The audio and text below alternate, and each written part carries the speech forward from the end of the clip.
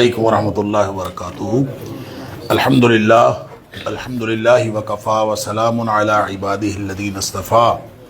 اشہد ان لا الہ الا اللہ وحدہ لا شریک لہ واشہد ان محمدا عبدہ ورسولہ صلی اللہ علیہ وآلہ وسلم۔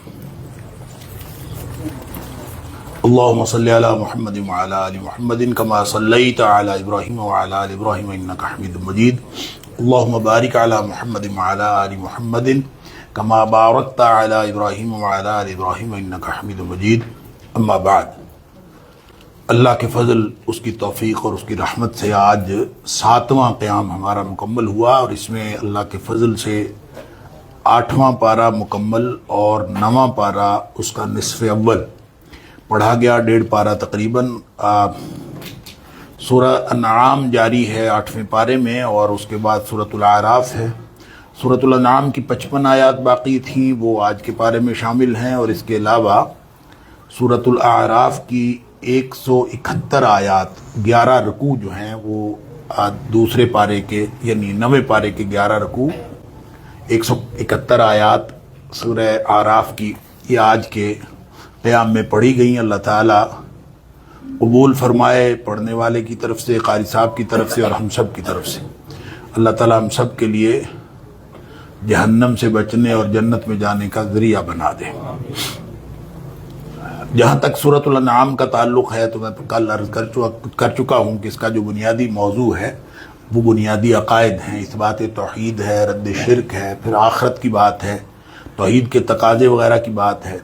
اسی طرح جو آخری حصہ ہے 8ویں پارے کا، اس میں ملت ابراہیمی کی وضاحت کی گئی، اور خاص طور پہ بنی اسماعیل اور بنی اسرائیل دونوں کو مخاطب کر کے کہا گیا کہ نہ تمہاری خواہشات کے مطابق معاملہ ہوگا، نہ تمہاری خواہشات کے مطابق ہوگا، بلکہ اصل معاملہ وہ ہے جو شخص اللہ سے ڈرتا ہوگا اسی کے مطابق جو ہے وہ فیصلہ ہوگا، اور جو ملت ابراہیمی کی پیروی کرتا ہوگا۔ اور ملت ابراہیمی کی پیروی کرنے والے کون ہیں؟ وہ نبی اکرم صلی اللہ علیہ وسلم اور آپ کے ساتھی۔ اور اسی طرح توحید کے جو دلائل ہیں وہ جاری ہیں، اور خاص طور پہ یہ والا حصہ جو 8واں پارہ جہاں سے شروع ہوتا ہے، یہاں جو نبی پاک صلی اللہ علیہ وسلم اور ان کے جو معاندین ہیں ان کی بات اللہ تعالیٰ نے فرمائی ہے کہ شیاطین جن و انس جو ہیں وہ نبی پاک صلی اللہ علیہ وسلم کے جو دشمنان میں شامل ہیں، معاندین میں شامل ہیں، چکنی چپڑی باتیں کرتے ہیں، لوگوں کو ورغلاتے ہیں، اور جو کمزور عقیدے والے لوگ ہیں وہ ان کی باتوں میں آ جاتے ہیں۔ وَلِتَصْغَى إِلَيْهِ أَفْئِدَةُ الَّذِينَ لَا يُؤْمِنُونَ بِالْآخِرَةِ، جن کا آخرت پر ایمان نہیں ہوتا، وہی ان ساری چیزوں پر جو ہے وہ ایمان رکھتے ہیں، یا ان کے جن کے عقیدے کمزور ہوتے ہیں وہ شیطانی جال میں پھنس جاتے ہیں۔ آیت نمبر 114 سے لے کر آیت نمبر 121 تک اللہ کریم نے یہ مضمون بیان کیا ہے کم و بیش، کہ شریعت لوگوں نے اپنی مرضی کی بنا رکھی ہے۔ اللہ کی شریعت بنانے کا، شریعت سازی کا اختیار اللہ کو ہے، اور اللہ نے اپنے نبی صلی اللہ علیہ وسلم کو دیا ہے، کسی اور کے پاس شریعت سازی کا اختیار نہیں ہے۔ اور اللہ کا کلام جو ہے مکمل ہو گیا ہے۔ وَتَمَّتْ كَلِمَةُ رَبِّكَ صِدْقًا وَعَدْلًا لَا مُبَدِّلَ لِكَلِمَاتِهِ وَهُوَ السَّمِيعُ الْعَلِيمُ۔ اللہ اکبر۔ صدق کا تعلق ہوتا ہے اخبار کے ساتھ، یعنی خبر دینے کے اعتبار سے، اور عدل کا تعلق ہوتا ہے احکام کے اعتبار سے۔ تو معلومات کے اعتبار سے بھی اور احکام کے اعتبار سے بھی اللہ تعالیٰ کے سارے جو قوانین ہیں وہ مکمل ہو گئے ہیں، لہٰذا کسی شخص کو خود سے شریعت سازی کا اختیار نہیں ہے۔ پھر آگے اللہ کریم نے فرمایا کہ جو ملمہ کاری کرتے ہیں اور بناوٹ کرتے ہیں، ان کی باتوں کا اعتبار نہ کریں، اور خاص طور پر ایک بات فرمائی، وَإِن تُطِعْ أَكْثَرَ مَنْ فِي الْأَرْضِ يُضِلُّوكَ عَنْ سَبِيلِ اللَّهِ۔ ہم نے سورۃ المائدہ کی آیت نمبر 100 میں بھی پڑھا تھا کہ وَلَوْ أَعْجَبَكَ كَثْرَةُ الْخَبِيثِ، چاہے آپ کو ناپاک کی کثرت جو ہے، اکثریت وہ بھری معلوم ہو، پھر بھی پاک اور ناپاک برابر نہیں ہو سکتے، چاہے وہ مال ہو، چاہے وہ چیزیں ہوں، چاہے وہ اشیاء ہوں، چاہے وہ لوگ ہوں، پاک لوگ اور ناپاک لوگ برابر نہیں ہو سکتے۔ یہاں اللہ کریم نے پھر یہ بات وضاحت سے فرمائی ہے کہ اکثریت جو ہے وہ حق پر نہیں ہوتی، اس لیے فرمایا کہ اگر تم زمین میں اکثریت کی پیروی کرو گے تو یضلوک عن سبیل اللہ، لازماً وہ تمہیں اللہ کے راستے سے گمراہ کر دیں گے۔ لہٰذا اس کا مطلب یہ ہے کہ اگر اکثریت راستے سے گمراہ کر دیتی ہے تو اس کا مطلب ہے کہ روئے زمین کی اکثریت ہمیشہ گمراہی پر ہوتی ہے، اور جو حق پر ہوتے ہیں وہ تھوڑے لوگ ہوتے ہیں، تو اس لیے کبھی بھی اس بنیاد پر نہیں جانا چاہیے۔ اور سورہ یوسف میں بھی اللہ تعالیٰ نے فرمایا کہ وَمَا أَكْثَرُ النَّاسِ وَلَوْ حَرَصْتَ بِمُؤْمِنِينَ، اکثریت لوگوں کی جو ہے وہ چاہے آپ جتنا مرضی ان کو سمجھائیں وہ مومن نہیں ہوتے۔ پھر اللہ کریم نے فرمایا فَكُلُوا مِمَّا ذُكِرَ اسْمُ اللَّهِ عَلَيْهِ إِن كُنتُم بِآيَاتِ مُؤْمِنِينَ۔ ایک ادب یہ سکھایا ہے کہ کھانے پینے کے لیے کوئی بھی چیز اس وقت حلال ہوتی ہے جس پر اللہ کا نام لیا جاتا ہے۔ کسی بھی جانور کی، چاہے وہ جتنا بھی چھوٹا جانور ہو، چڑیا ہی کیوں نہ ہو، اس کی جان لینے کا کسی کے پاس کوئی اختیار نہیں۔ ہاں، جب اللہ کا نام لیا جاتا ہے تو جان لینے کا اختیار آ جاتا ہے، اور جب وہ اللہ کے نام پر ذبح کیا جائے تو وہ ذبح ہو جاتا ہے، وہ حلال ہوتا ہے، اور اگر اس پر اللہ کا نام نہ لیا جائے تو وہ حرام ہوتا ہے۔ اس لیے فرمایا کہ ہر وہ چیز تم کھا سکتے ہو جس پر اللہ کا نام لیا گیا ہو۔ حضرت عائشہ صدیقہ رضی اللہ تعالیٰ عنہا فرماتی ہیں کہ نئے نئے لوگ مسلمان ہوئے تھے، اور بعض اوقات گوشت آ جاتا تھا مختلف گھروں سے، تو ہمیں یہ پتہ نہیں ہوتا تھا کہ پتہ نہیں انہوں نے اس پر اللہ کا نام لیا ہے کہ نہیں لیا۔ تو انہوں نے نبی پاک صلی اللہ علیہ وسلم سے پوچھا کہ ایسے صورت میں ہم کیا کیا کریں، ہمیں معلوم نہیں ہوتا کہ یہ جو جن کے گھروں سے آیا ہے یہ ہیں تو وہ مسلمانوں کے گھروں سے آیا ہے، لیکن ہمیں یہ معلوم نہیں کہ اس کے بعد اللہ کا نام لیا گیا کہ نہیں۔ نبی پاک صلی اللہ علیہ وسلم نے فرمایا سموا علیہ انتم فکلوا، سموا علیہ انتم ثم کلوا، کہ اب تم خود اس کے اوپر نام لے لیا کرو اللہ کا، بسم اللہ الرحمن الرحیم پڑھ کے کھا جایا کرو، انشاءاللہ وہ حلال ہوگا۔ اس کا مطلب یہ ہے کہ اگر کوئی مسلمان ہو اور وہ حلال کا دعویٰ کر رہا ہو تو خام خواہ اس کے گھر سے آنے والے کھانے پر شک کا اظہار نہیں کرنا چاہیے، اور اگر شک ہو بھی تو آپ بسم اللہ الرحمن الرحیم پڑھ لیں، انشاءاللہ اللہ تعالیٰ اس پہ رحمت فرما دے گا اور وہ حلال ہو جائے گا۔ آگے پھر مشرکین کے مختلف اعتراضات کا جواب دیا گیا ہے۔ وہ کہتے تھے کہ یہ عجیب بات ہے کہ اللہ کا مارا ہوا یہ کہتے ہیں حرام ہے، اور اپنا مارا ہوا کہتے ہیں حلال ہے۔ یعنی اللہ کا مارا ہوا کیا مطلب؟ جو مردہ ہو گیا تو وہ کہتے ہیں اللہ نے مارا ہے، مردہ ہو گیا کہتے ہیں حرام ہو گیا، اور جو خود مارا ہے یعنی حلال کیا، ذبح کیا ہے خود چھری کے ساتھ، وہ کہتے ہیں وَلَا تَأْكُلُوا مِمَّا لَمْ يُذْكَرِ اسْمُ اللَّهِ عَلَيْهِ وَإِنَّهُ لَفِسْقٌ، اور یہ اعتراض کرتے تھے وَإِنَّ الشَّيَاطِينَ لَيُوحُونَ أَوْلِيَاءَهُمْ۔ اللہ تعالیٰ فرماتا ہے کہ یہ جو اعتراض کرتے ہیں ان کو یہ نہیں پتا، یہ سارے شیاطین ان کی باتیں سمجھاتے ہیں، اور اصل بات اللہ کے حکم کی ہے، اور اللہ کا حکم اگر ہوتا کہ وہ حلال ہے تو ہم وہ بھی کھا لیتے، جس طرح اللہ کے رسول صلی اللہ علیہ وسلم فرمایا احلت لکم میتتان ودمان، دو مردار تمہارے اوپر حلال ہیں، اور وہ دو مردار کیا ہے؟ الحوت والجراد، ایک مچھلی ہے اور ایک پتے کھانے والی مکڑی ٹڈی ہے۔ تو اس طرح فرمایا کہ شیاطین جو ہیں وہ ایک دوسرے کو اپنی رہنمائی کرتے رہتے ہیں، ان الشیاطین لیوحون الی اولیاءہم لیجادلوکم، تاکہ وہ تمہارے خلاف مختلف قسم کے دلائل گھڑتے رہیں، اور کبھی بھی ان کی بات نہیں ماننی۔ اگر تم ان کی بات مانو گے تم بھی مشرکوں میں سے ہو جاؤ گے۔ آگے کافر اور مسلم کی مثال اللہ کریم نے ظلمت اور یعنی اندھیرے اور روشنی کی دی ہے۔ فرمایا وَمَنْ كَانَ مَيْتًا فَأَحْيَيْنَاهُ وَجَعَلْنَا لَهُ نُورًا يَمْشِي بِهِ فِي النَّاسِ، ایک شخص جو ہے وہ اس کو اللہ نے نور عطا فرمایا ہے، اور اس نور کے ساتھ وہ لوگوں کے درمیان چلتا ہے، اور دوسرا فی الظلمات لیس بخارج منہا، اندھیروں میں ہے اس سے نکل نہیں سکتا۔ گویا مومن جو ہے وہ روشنی میں ہوتا ہے، اللہ تعالیٰ کی طرف سے روشنی ہوتی ہے، اور کافر کے اوپر کچھ نہیں ہوتا، اس کو وہ اندھیرے میں ہوتا ہے، اس کو کسی بات کی سمجھ نہیں آ رہی ہوتی۔ آگے آیت نمبر 22 سے آیت نمبر 135 تک مجرمین کا انجام ہے، اس میں تنبیہ کی گئی ہے کہ وَكَذَلِكَ جَعَلْنَا فِي كُلِّ قَرْيَةٍ أَكَابِرَ مُجْرِمِيهَا لِيَمْكُرُوا فِيهَا، کہ عام طور پر جو بڑے جرم بڑے لوگ کرتے ہیں، اور جو بڑے بڑے لوگ ہوتے ہیں ان کے پیچھے پھر چھوٹے لوگ بھی چل پڑتے ہیں، اور اس سے اس طرح جو ہے بستیاں تباہ و برباد ہو جاتی ہیں اور تباہی و بربادی کی طرف چلے جاتے ہیں۔ کفار نے ایک یہ بھی اعتراض کیا کہ لن نؤمن حتی نؤتی مثل ما اوتی رسول اللہ، جیسے اللہ کے رسولوں پر وحی آتی ہے تو ہمارے اوپر بھی وحی آئے گی تو پھر ہم مانیں گے۔ ایک اعتراض وہ یہ بھی کرتے تھے۔ اللہ تعالیٰ فرماتا ہے اللہ اعلم حیث یجعل رسالتہ، اللہ کو معلوم ہے رسالت کس کو دینی ہے، پیغام کس کو پہنچانا ہے، کس کے اوپر وحی آئے گی کس کے اوپر نہیں۔ تمہارے پاس اس بات کی کوئی اتھارٹی اور اختیار نہیں۔ جبریہ نے ایک اس آیت سے استدلال کیا ہے، آیت نمبر 125، فَمَن يُرِدِ اللَّهُ أَن يَهْدِيَهُ يَشْرَحْ صَدْرَهُ لِلْإِسْلَامِ، جس کو اللہ تعالیٰ چاہتا ہے کہ اس کو ہدایت دے، اللہ تعالیٰ اس کا سینہ کھول دیتا ہے۔ وَمَن يُرِدْ أَن يُضِلَّهُ، جس کو اللہ تعالیٰ چاہتا ہے کہ گمراہ کر دے، اللہ تعالیٰ اس کا سینہ تنگ کر دیتا ہے۔ اس پر انہوں نے اعتراض کیا ہے کہ وہ اس کا مطلب ہے اللہ نے اگر کسی کا سینہ کھول دیا اور اللہ نے کسی کا سینہ تنگ کر دیا تو جس کا سینہ اللہ نے تنگ کر دیا اس کا کیا قصور ہے، اور جس کا سینہ اللہ نے کھول دیا ہے اس کی کیا خوبی ہے۔ تو اس سے پھر انہوں نے اعتراض کیا کہ انسان جو ہے وہ مجبور محض ہے، وہ اپنے پاس کوئی اختیار نہیں رکھتا، سارا اختیار اللہ تعالیٰ کے پاس ہے۔ تو یہ بات تو ٹھیک ہے کہ سارا اختیار تو اللہ کے پاس ہے، لیکن اللہ تعالیٰ نے اختیار برائے امتحان ہر ایک کو دیا ہے۔ اگر کوئی اختیار نہ دیا ہو تو امتحان نہیں ہوتا۔ اس لیے جب بھی اللہ کریم نے اس طرح کی بات ارشاد فرمائی ہے تو اس کا مطلب یہ ہوتا ہے کہ یہ نتیجتاً ایسا ہوتا ہے، جیسے اللہ تعالیٰ نے سورہ بقرہ میں فرمایا ختم اللہ علی قلوبہم، ان کے دلوں پر اللہ نے مہر لگا دی۔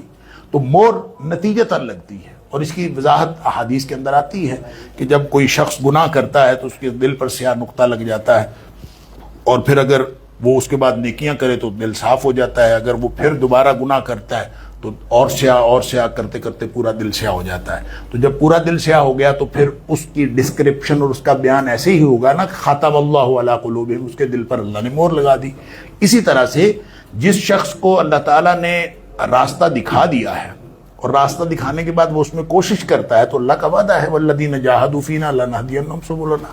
تو اس لیے یہ خواہ جبریہ نے اس کے اوپر اعتراض کیا، اس آیت سے استدلال کیا تھا۔ جبریہ بھی قرآن کی آیات سے استدلال کرتے تھے اور قدریہ بھی قرآن کی آیات سے استدلال کرتے تھے۔ ایک لمبا موضوع ہے، لیکن بہرحال آگے اللہ کریم نے یہ مجرموں کے انجام کی بات کی ہے اور فرمایا کہ وہاں جب قیامت کو یوم یحشرہم جمیعا، اللہ تعالیٰ سب کو اکٹھا کرے گا اور سب کو اکٹھے اللہ تعالیٰ جو ہے وہ اعلان فرمائے گا، جنوں اور انسانوں کو اکٹھا خطاب ہوگا، یا معاشر الجن قد استکثرتم من الانس، جنوں، کیونکہ زیادہ تر جو شیاطین جن ہے نا وہ انسانوں کو بھی گمراہ کرتے ہیں، لہذا ان کو کہا جائے گا کہ تم نے جو ہے وہ یہ جو جنہوں نے گمراہ کیا اور وہ جو گمراہ ہوئے وہ سارے اکٹھے ہوں گے اور وہ کہیں گے وقال اولیاؤہم من الانس ربنا استمتع بعضنا ببعض وبلغنا اجلنا الذی اجلتنا، وہ کہیں گے کہ اصل مسئلہ یہ ہوا کہ ہمارے جو بڑے تھے نا انہوں نے ہمیں یہ گمراہ کیا ہے، اصل ہمارا کوئی قصور نہیں تھا۔ تو اللہ تعالیٰ فرمائے گا قال النار مثواکم خالدین فیہا الا ما شاء اللہ، تابع اور متبوع سارے جو ہے وہ جہنم میں جائیں گے اور کوئی بھی اس سے نہیں بچے گا۔ اور پوچھے گا اللہ تعالیٰ کہ جنوں اور انسانوں یہ بتاؤ تمہارے پاس رسول نہیں آیا تھا؟ اس کا مطلب ہے جن بھی مکلف ہیں، انسان بھی مکلف ہے۔ تمہارے پر رسول نہیں آئے تھے، یقصون علیکم آیاتی، میری آیات پڑھتے تھے، وینذرونکم، تم ڈراتے بھی تھے، لقاء یومکم ھذا، آج کے دن سے۔ اللہ اکبر۔ تو پھر اللہ تعالیٰ فرمائے گا کہ وغرتہم الحیات الدنیا، ان کو دنیا کی زندگی نے دھوکے میں ڈالا، وشاہدوا علی انفسہم انہم کانوا کافرین، خود اپنی ذات پر وہ گواہی دیں گے کہ واقعی وہ کافر تھے، اسی لیے وہ پکڑے گئے۔ تو اللہ تعالیٰ بغیر حجت کے کسی کو پکڑتا ہی نہیں ہے اور کسی کو تباہ و برباد کرتا ہی نہیں، اللہ کا قانون ہی یہ نہیں ہے۔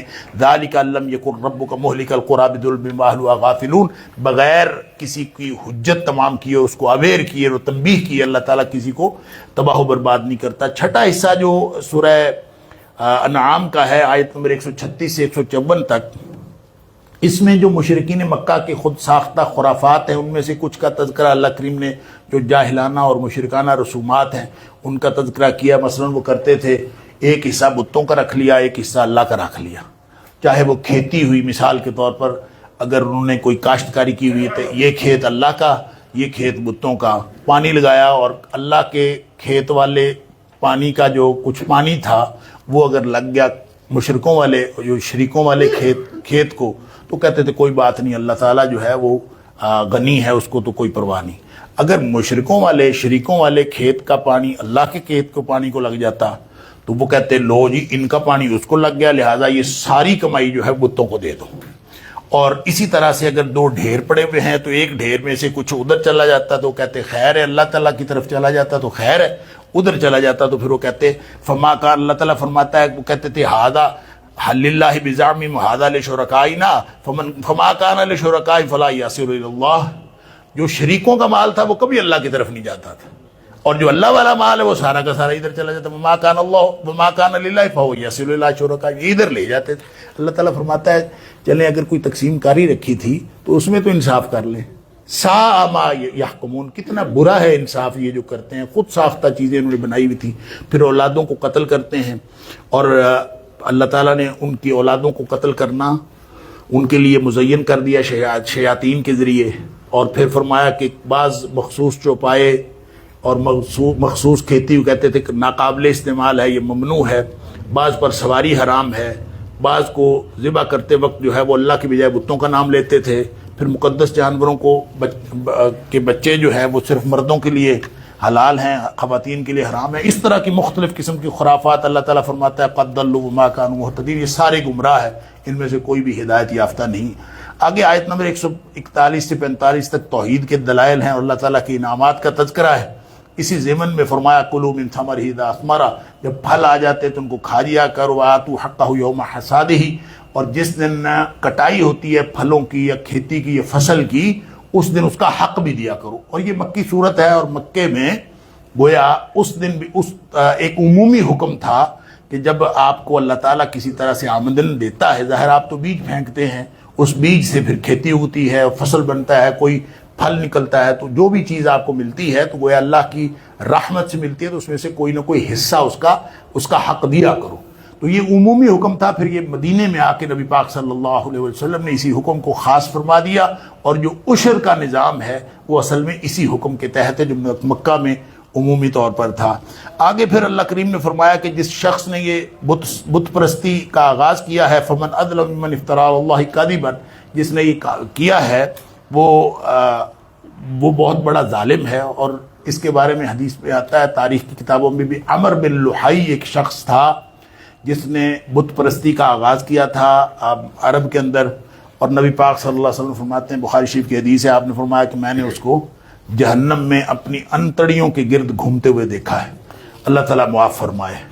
پھر اس کے بعد بنی اسرائیل کی جو مختلف خرافات تھیں کہ یہ چیز حرام ہے، یہ چیز حرام نہیں ہے، ان کے بارے میں اللہ تعالیٰ نے کچھ تفصیل بتائی ہے. اور پھر ایک عالمی اصول، جو عالمی مشرک، ہر دور کے عالمگیر مشرک جو ہے بہانہ بناتے ہیں، اس کا اللہ نے ذکر کیا. سَيَقُولُ الَّذِينَ أَشْرَكُوا لَوْ شَاءَ اللَّهُ مَا أَشْرَكْنَا وَلَا آبَاؤُنَا وَلَا حَرَّمْنَا مِنْ شَيْءٍ. مشرک ہمیشہ یہ کہتے ہیں کہ اگر اللہ چاہتا تو ہم شرک نہ کرتے. گویا وہ یہ کہتے تھے ہم جو شرک کر رہے ہیں تو اللہ چاہتا تو ہمیں روک لیتا، تو ہم جو شرک کر رہے ہیں تو اللہ کی مرضی سے گویا ہو رہا ہے، اللہ خوش ہے ہمارے شرک پر. تو یہ بہانہ ہر دور کے لوگ بناتے رہے. اللہ تعالیٰ فرماتا ہے كَذَلِكَ كَذَّبَ الَّذِينَ مِن قَبْلِهِمْ، پہلے لوگ بھی یہی بہانہ بنایا کرتے تھے. حَتَّى ذَاقُوا بَأْسَنَا، پھر ان کے اوپر ہمارا عذاب آ گیا. آگے اللہ کریم نے آیت نمبر 51 سے آگے ضابطہ اخلاق بتایا ہے جو تورات میں بھی تھا، اور وہ گویا پچھلی شریعتوں میں بھی اور اس شریعت میں بھی. فرمایا کہ قُلْ تَعَالَوْا أَتْلُ مَا حَرَّمَ رَبُّكُمْ عَلَيْكُمْ، سنیں وہ ضابطہ کیا ہے حلال و حرام کا. فرمایا شرک نہ کیا کرو، والدین سے حسن سلوک کیا کرو، قتل اولاد کی اللہ نے ممانعت کی ہے، ظاہری اور باطنی بھی حیائی سے بچو، بغیر حق کے کسی کو قتل نہ کرو، یتیم کا مال نہ کھاؤ، ناپ تول پورا کرو.